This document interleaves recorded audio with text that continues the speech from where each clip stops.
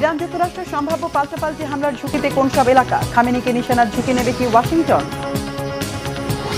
ইরানে হামলা হলে ভুগবেন ট্রাম্প, কেন বলছেন বিশ্লেষকরা? হরমুজ বন্ধের ধাক্কা নিতে পারবে কি যুক্তরাষ্ট্র? মিত্রের বিরুদ্ধে রণপ্রস্তুতিতে ডেনমার্ক, গ্রিনল্যান্ডে জড়ো হচ্ছে নেটো দেশের সেনারা, যুদ্ধ কি অবধারিত? ইরান যুক্তরাষ্ট্র টানাপোড়েন ক্রমেই জটিল দিকে মোড় নেয়, দিনকে দিন ঘনীভূত হচ্ছে অঘটনের কালো মেঘ। সুদূর প্রসারী প্রভাবে অজানা শঙ্কায় তৈরি হচ্ছে বৈশ্বিক উদ্বেগ। বোদ্ধা মহল থেকে সাধারণ জনগণ সবার আলোচনা আর গুঞ্জনের সিংহভাগ দখলে রেখেছে মধ্যপ্রাচ্যের সম্ভাব্য মার্কিন সামরিক আগ্রাসনের তথ্য উপাত্ত। আশঙ্কা বাস্তবে রূপ নিলে পাল্টাপাল্টি আঘাতের লক্ষ্যবস্তু হতে পারে কোন এলাকাগুলো? এবার কি আলী খামেনিকে নিশানায় রাখা দুঃসাহস দেখাবে যুক্তরাষ্ট্র? ইরানে চলমান বিক্ষোভ ও তা ঘিরে তেহরান ওয়াশিংটন উত্তেজনাই এখন বিশ্বব্যাপী আলোচনার কেন্দ্রবিন্দু। বিক্ষোভকারীদের দমনে কঠোর পদক্ষেপ নেওয়া হলে যুক্তরাষ্ট্র সামরিক হস্তক্ষেপ করতে পারে, বারবার এই হুমকি দিয়ে চলেছেন মার্কিন প্রেসিডেন্ট ডোনাল্ড ট্রাম্প। এই বক্তব্য শুধু কূটনৈতিক চাপেই সীমাবদ্ধ থাকেনি, এর প্রতিফলন দেখা যাচ্ছে যুক্তরাষ্ট্রের সামরিক প্রস্তুতিতেও। সাম্প্রতিক সময়ে কাতারে অবস্থিত আল উদেইদ বিমান ঘাঁটি থেকে কিছু মার্কিন কর্মীকে সতর্কতামূলকভাবে সরিয়ে নেওয়ার পরামর্শ দেয়া হয়েছে, যা পরিস্থিতিকে আরও স্পর্শকাতর করে তুলেছে।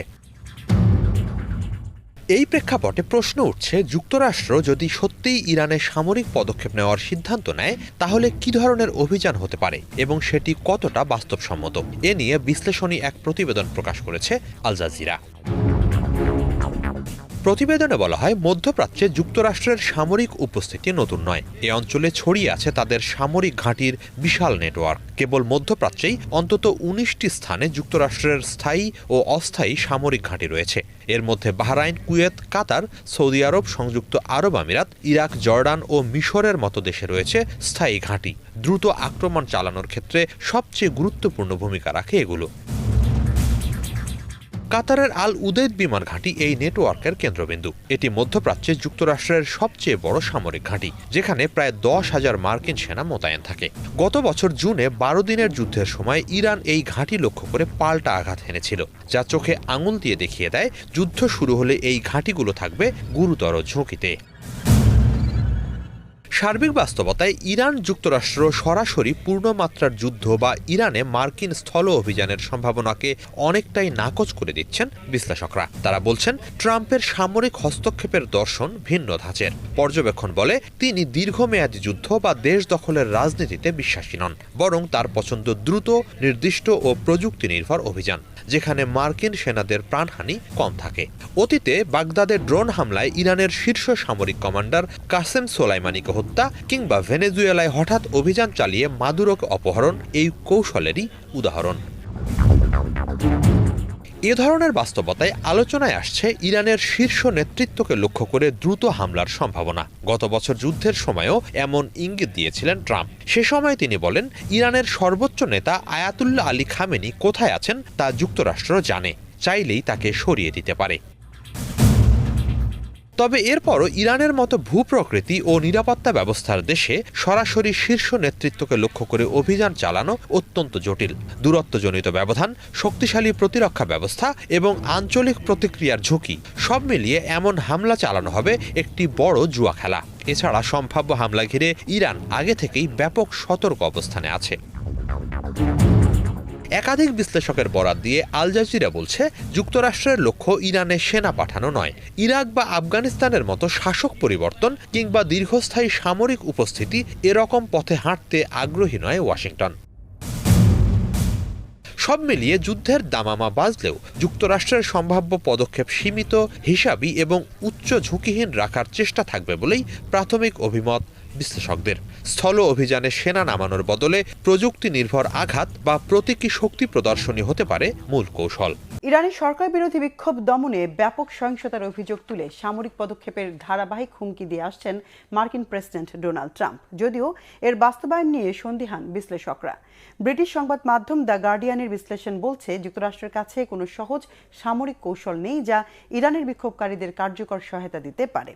কেন সম্ভাব্য মার্কিন অভিযানকে কঠিন আর ঝুঁকিপূর্ণ মনে করছেন বিশ্লেষকরা? ঝুঁকি নিলে কোন বিষয়গুলো নিয়ে ভুগবেন মার্কিন প্রেসিডেন্ট? ইরানের সরকার বিরোধী আন্দোলন এবং অস্থিরতাকে কেন্দ্র করে সামরিক পদক্ষেপ নেওয়ার হুমকি দিয়েছেন মার্কিন প্রেসিডেন্ট ডোনাল্ড ট্রাম্প। কাতার ও বাহরাইনের মতো মধ্যপ্রাচ্যের মার্কিন ঘাঁটিগুলো থেকে সেনা সদস্যদের সরিয়ে নেওয়া হয়েছে, যা অনেক বিশ্লেষকের মতে ইরানের ওপর একটি বড় ধরনের বিমান বা মিসাইল হামলার পূর্ব প্রস্তুতি। তবে মুখে হম্বিতম্বি করলেও বাস্তবে এমন কিছু করা তার জন্য বেশ কঠিন বলেই মনে করছেন বিশ্লেষকরা। ব্রিটিশ সংবাদ মাধ্যম দ্য গার্ডিয়ানের বিশ্লেষণ বলছে, যুক্তরাষ্ট্রের কাছে এমন কোনো সহজ সামরিক কৌশল নেই যা ইরানের বিক্ষোভকারীদের কার্যকরভাবে সহায়তা করতে পারে। 13 জানুয়ারি প্রকাশিত সেই বিশ্লেষণধর্মী নিবন্ধে দাবি করা হয়, ওয়াশিংটন থেকে হুমকি দেওয়া যতটা সহজ, তেহরানের দুর্ভেদ্য পাহাড়ি খাজে আঘাত হানা তার চেয়েও অনেক কঠিন। মধ্যপ্রাচ্যে বর্তমানে যুক্তরাষ্ট্রের কোনো বিমানবাহী রণতরী মোতায়েন নেই। ফলে ইরানে হামলা চালাতে হলে যুক্তরাষ্ট্রকে কাতার, বাহরাইন, ইরাক, সংযুক্ত আরব আমিরাত, ওমান কিংবা সৌদি আরবের ঘাঁটিগুলো ব্যবহার করতে হবে। তবে এমন কিছু করলে ঘাঁটিগুলো ইরানের পাল্টা আঘাতের ঝুঁকিতে পড়বে। ট্রাম্পের জন্য আরেকটি বিকল্প হতে পারে গত জুনে ইরাকের ভূগর্ভস্থ পারমাণবিক স্থাপনায় চালানো দূরপাল্লার B-2 বোমারু বিমানের মতো অভিযান। তবে ঘনবসতিপূর্ণ এলাকায় এমন হামলা ভয়াবহ মানবিক বিপর্যয় ডেকে আনতে পারে। এছাড়া যুক্তরাষ্ট্র আসলে কোথায় আঘাত হানবে সেটিও একটি বড় প্রশ্ন। বিক্ষোভ এবং সরকারের দমনপীড়ন সারা দেশে ছড়িয়ে থাকায় সুনির্দিষ্ট লক্ষ্য নির্ধারণ কঠিন। ফলে ভুল লক্ষ্যবস্তুতে হামলা হলে উল্টো চাপের মুখে পড়তে পারে মার্কিন প্রশাসন। ইরানের সর্বোচ্চ নেতা আয়াতুল্লাহ আলী খামেনিকে লক্ষ্য করে সরাসরি হামলার কথাও আলোচনায় রয়েছে। তবে এটি আন্তর্জাতিক আইন ও আঞ্চলিক স্থিতিশীলতার দিক থেকে ভয়াবহ পরিণতি ডেকে আনতে পারে। এমনকি খামেনির উত্তরসূরির তালিকাও প্রস্তুত রাখা হয়েছে। ফলে খামেনি মারা গেলে সরকার পরিবর্তনেরও নিশ্চয়তা নেই। তবে বিশ্লেষকদের অনেকে মনে করছেন, ইরানের সরকার বিরোধী বিক্ষোভ এবারের মতো কিছুটা স্থিমিত হলেও তা একেবারে শেষ হবে না। নীতিগত পরিবর্তন না হলে বারবার এমন বিক্ষোভের মুখোমুখি হবে দেশটি। ইরানের এবারের বিক্ষোভ আগেরগুলোর চেয়ে ভিন্ন। বর্তমান সরকার সাধারণ মানুষের মৌলিক চাহিদাগুলো মেটাতে ব্যর্থ হয়েছে। সাধারণ নাগরিকরা অতিষ্ঠ হয়ে পড়েছে। তারা এখন গণতান্ত্রিক অধিকারের চেয়ে খাবারের যোগান নিয়ে বেশি চিন্তিত। যে অর্থনৈতিক সংকটের কারণে এই বিক্ষোভ শুরু হয়েছে তা সমাধান করতে হলে এমন কিছু নীতির পরিবর্তন দরকার যা করার মতো ক্ষমতা এই সরকারের নেই। তাই তাদের কাছে কোনো স্থায়ী সমাধানও নেই। তারা যদি এই বিদ্রোহ দমনও করে ফেলে, তবে 2-3 মাস পর বা ভবিষ্যতে কোনো এক সময়ে এটি আবারও ফিরে আসবে। নীতিগতভাবে বড় কোনো পরিবর্তন না এলে এই বিক্ষোভ বারবার ফিরতে বাধ্য। ইরানের বর্তমান পরিস্থিতি যুক্তরাষ্ট্রকে জটিল এক সমীকরণের সামনে দাঁড় করিয়ে দিয়েছে। ওয়াশিংটন যদি কেবল মনস্তাত্ত্বিক চাপ সৃষ্টি করতে চায়, তবে সেটি ইরান সরকারকে থামানোর জন্য যথেষ্ট নাও হতে পারে। আবার যদি সত্যিই কোনো হঠকারী সামরিক পদক্ষেপ নেওয়া হয়, তবে তা হিতে বিপরীত হওয়ার ঝুঁকি বেশি। ইরানের এই উত্তাল সময় কেবল একটি দেশের ভাগ্য নয়, বরং পুরো মধ্যপ্রাচ্যের ভূ রাজনৈতিক মানচিত্র পাল্টে দেওয়ার ক্ষমতা রাখে। সংকটের মূলে থাকা সেই অর্থনৈতিক হাহাকার যদি প্রশমিত না হয়, তবে সাময়িকভাবে রাজপথ শান্ত হলেও আগ্নেয়গিরির ভেতরের লাভা ঠিকই ফুটতে থাকবে। যুক্তরাষ্ট্র সহ পশ্চিমা বিশ্বের সাথে ইরানের উত্তেজনা চরমে পৌঁছালেই সাধারণ মানুষের আলোচনা আর বিশ্লেষকদের বক্তব্যে উঠে আসে হরমুজ প্রণালীর নাম। অবশ্য এর কারণও আছে। এই হরমুজ প্রণালী বন্ধের হুমকি শুধু নয়, 80-র দশকে কৌশলগত এই অস্ত্রের কার্যকর ব্যবহারের নজির রেখেছে তেহরান। এই প্রণালী অচল হলে বৈশ্বিক বাণিজ্যে তোলপাড় ফেলা পরিস্থিতি তৈরি হওয়া শুধু সময়ের ব্যাপার। কি এই হরমুজ প্রণালী? কেন এটি বন্ধের হুমকিতে আতঙ্ক ছড়ায় বিশ্বময়? এবারও কি কৌশলী অস্ত্রের মোক্ষম ব্যবহার করতে পারবে ইরান? সামুদ্রিক মাইন বসিয়ে হরমুজ প্রণালী বন্ধ করে দিতে পারে ইরান। দেশটিতে মার্কিন হামলার হুমকির মুখে আবারও উত্তেজনার কেন্দ্রে পৃথিবীর সবচেয়ে গুরুত্বপূর্ণ এই জলপথ। পারস্য উপসাগরের বিখ্যাত চ্যানেলটি দিয়ে পরিবহন করা হয় বিশ্বব্যাপী অপরিশোধিত তেলের 5 ভাগের 1 ভাগ। মাত্র 40 কিলোমিটার প্রশস্ত খাল দিয়ে প্রতিদিন আনা নেওয়া করা হয় প্রায় 2 কোটি ব্যারেল তেল। এই সমুদ্রপথ বন্ধ করে দিয়ে আন্তর্জাতিক জ্বালানি বাজারের গলা চেপে ধরতে পারে ইরান। দেশটিতে চলমান আন্দোলন ঘিরে প্রেসিডেন্ট ট্রাম্প যদি সামরিক পদক্ষেপ নিতে চান, তাহলে সশস্ত্র প্রতিরোধের পাশাপাশি হরমুজ প্রণালীকেও হাতিয়ার হিসেবে ব্যবহার করবে তেহরান। সেক্ষেত্রে শুধু আমেরিকা নয়, ইরানের এক চালেই চরম বিপদে পড়বে গোটা বিশ্ব। ভেনেজুয়েলার তেল দখলে নিয়ে হরমুজ প্রণালীর উপর নির্ভরতা কমাতে চেয়েছিলেন প্রেসিডেন্ট ডোনাল্ড ট্রাম্প, কিন্তু ট্রাম্পের সেই স্বপ্ন সত্যি হওয়ার সম্ভাবনা এখনও অনেক দূরের বিষয়। হরমুজ প্রণালী অন্য আর 10টা জলপথের মতো নয়। পৃথিবীর সবচেয়ে কৌশলগত এই চ্যানেলটি ইরানের নিয়ন্ত্রণে থাকা শক্তিশালী একটি ভৌগোলিক অস্ত্র। যুক্তরাষ্ট্রের প্রায় 11% তেল আমদানি হয় হরমুজ প্রণালী দিয়ে। এই রুটের মাধ্যমে দৈনিক প্রায় 10 লাখ ব্যারেল তেল পায় ইউরোপ। এখান দিয়ে সৌদি আরব একাই প্রতিদিন রপ্তানি করে 60 লাখ ব্যারেলের বেশি তেল। চীন, জাপান সহ দক্ষিণ কোরিয়ার 60% এবং ভারতীয় তেল আমদানির একটি বড় অংশ পাঠানো হয় হরমুজ প্রণালী দিয়ে। গত বছর ইরান ইসরায়েল সংঘাতের সময় হরমুজ প্রণালীতে সামুদ্রিক মাইন পাতার প্রস্তুতি নিয়েছিল তেহরান। সাম্প্রতিক উত্তেজনার জেরে সি মাইন বসিয়ে হরমুজ আটকে দিলে আমেরিকা ও তার মিত্র দেশগুলোর অর্থনীতি পড়বে হুমকির মুখে। ইরান ও ওমানের মধ্যে অবস্থিত হরমুজ প্রণালীর মাধ্যমে মধ্যপ্রাচ্য থেকে পৃথিবীর বিভিন্ন জায়গায় রপ্তানি করা হয় প্রায় $60,000 কোটি মূল্যের জ্বালানি। হরমুজ প্রণালীতে ইরানের ইসলামিক রেভলিউশনারি গার্ডের নেভাল কোরের শক্তিশালী বিভিন্ন ইউনিট মোতায়েন রয়েছে। জলপথটির উপর নিজেদের দখল ধরে রাখতে দ্রুতগামী ক্ষেপণাস্ত্রবাহী নৌযান, বিশেষ ধরনের আক্রমণকারী boat, antiship naval mine, submarine ও ড্রোনের বহর সবসময় প্রস্তুত রাখে তেহরান। 2019 সালের তথ্য অনুযায়ী 5,000-এর বেশি সামুদ্রিক মাইন রয়েছে ইরানের অস্ত্র ভাণ্ডারে। মাত্র কয়েক মিনিটে হরমুজ পাড়ি দেওয়া যে কোনো ট্যাঙ্কার থামিয়ে দিতে পারবে ইরানি নৌবাহিনী।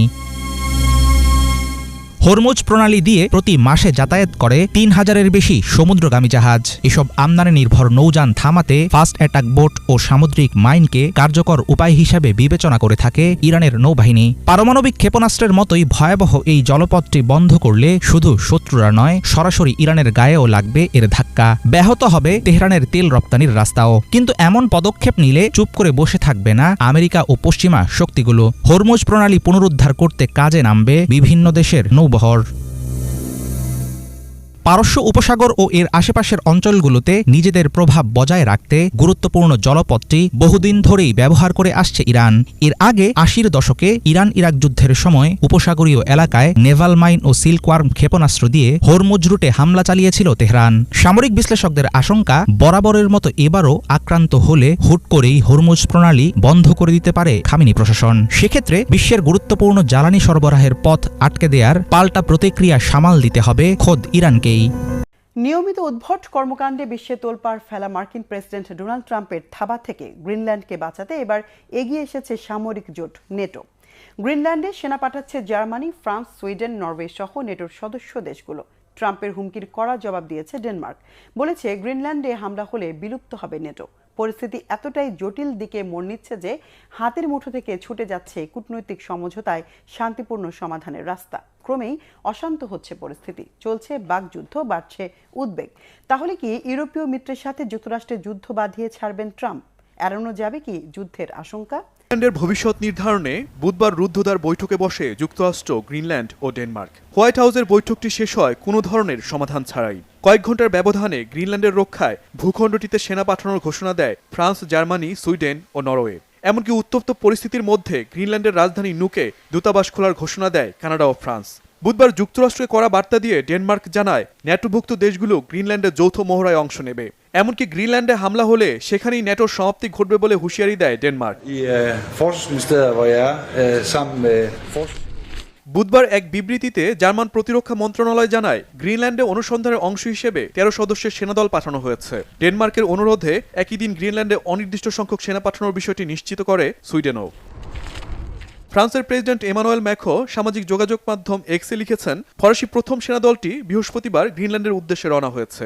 আরও দল ধাপে ধাপে পাঠানো হবে।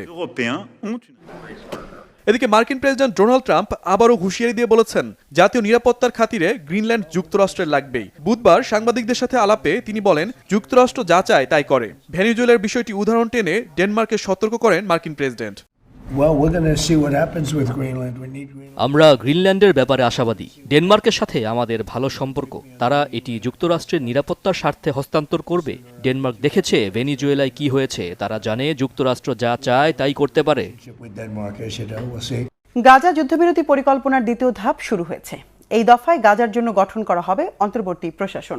স্থানীয় সময় বুধবার গাজা যুদ্ধবিরতির দ্বিতীয় ধাপ শুরুর আনুষ্ঠানিক ঘোষণা দেন যুক্তরাষ্ট্রের মধ্যপ্রাচ্য বিষয়ক বিশেষ দূত স্টিভ উইটকফ।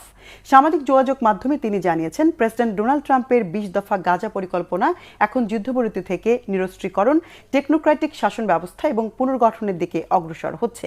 এই ধাপে গাজায় পূর্ণ নিরস্ত্রীকরণ ও পুনর্গঠন কার্যক্রম শুরু হবে। উইটকফ আরও বলেন, যুক্তরাষ্ট্র আশা করছে হামাস সবশেষ নিহত ইসরায়েলি জিম্মির মরদেহ দ্রুত ফেরত দেওয়া সহ দ্বিতীয় ধাপের সব শর্ত পূরণ করবে, না হলে গুরুতর পরিণতির হুঁশিয়ারিও দিয়েছেন তিনি। গাজার সরকারি তথ্য মতে গত অক্টোবর থেকে কার্যকর হওয়া যুদ্ধবিরতি এখন পর্যন্ত 1190 বারের বেশি লঙ্ঘন করেছে ইসরায়েল। হত্যা করা হয়েছে 4 শতাধিক ফিলিস্তিনিকে। গাজায় জরুরি মানবিক সহায়তা ঢুকতেও বাধা দেওয়া হয়েছে।